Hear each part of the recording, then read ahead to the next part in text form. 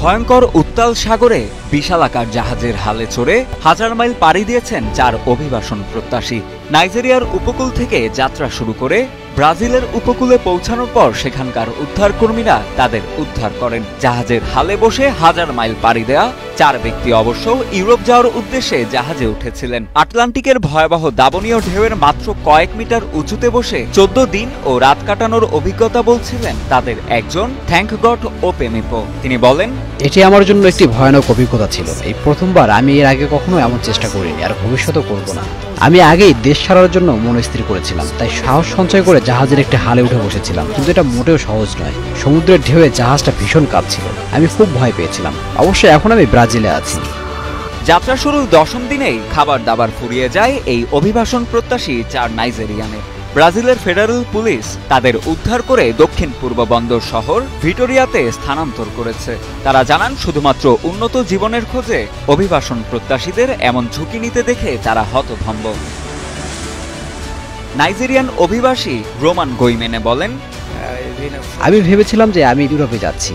তারপর হঠাৎ যখন আমি নিজেকে খুঁজে পেলাম, তখন আমি ব্রাজিলে। তাই ফেডারেল পুলিশ এসে আমাকে জিজ্ঞাসা করেছিল, আপনি কোথায় আছেন জানেন? আমি উত্তর দিয়েছিলাম, না আমি জানি। তখন ফেডারেল পুলিশ আমাদেরকে বললো, এটা ব্রাজিল, আপনারা ব্রাজিলে পৌঁছেছেন। তখন আমি বললাম, বাহ, আমি ব্রাজিলে পৌঁছেছি, আমি বেশ সুখী।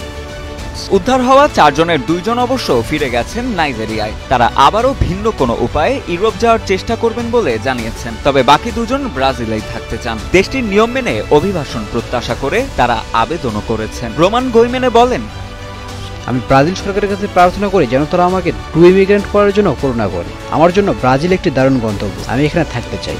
অর্থনৈতিক কষ্ট, রাজনৈতিক অস্থিতিশীলতা এবং অপরাধমূলক সহিংসতার কারণে জন্মভূমি নাইজেরিয়া ত্যাগ করা ছাড়া তাদের সামনে আর কোনো বিকল্প ছিল না বলে জানান থ্যাংক গড ওপেমিপো।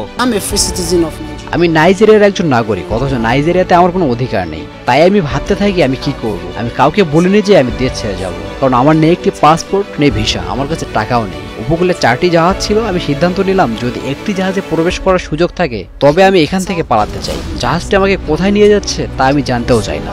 ব্রাজিল পৌঁছাতে জাহাজের হালে চড়ে বসার অবশ্য এমন ভয়ঙ্কর যাত্রা আর দ্বিতীয়বার করতে চান না অভিবাসন প্রত্যাশী 2 জনের কেউ। পানিতে পড়া থেকে বাঁচতে হালের চারপাশে একটি জাল তৈরি করেছিলেন তারা। উত্তাল ঢেউয়ের সময় একটি দড়ি দিয়ে নিজেদেরকে বেঁধেও রাখতেন। নিচের দিকে তাকালে তিমি এবং হাঙর দেখতে পেয়েছেন বলে জানান রোমানি। বিশেষ করে কোনো উপায় ছিল না বলেই এমন ভয়ঙ্কর কাজ করেছিলাম আমরা। নাইজেরিয়ায় আমি গৃহহীন ছিলাম। আমার কোনো বাড়ি নেই, আমার পরিবার নেই। তবে যাত্রাটি এত বিপজ্জনক ছিল যা বলার নয়। আমার জীবনে আর কখনো এটার চেষ্টা করব না।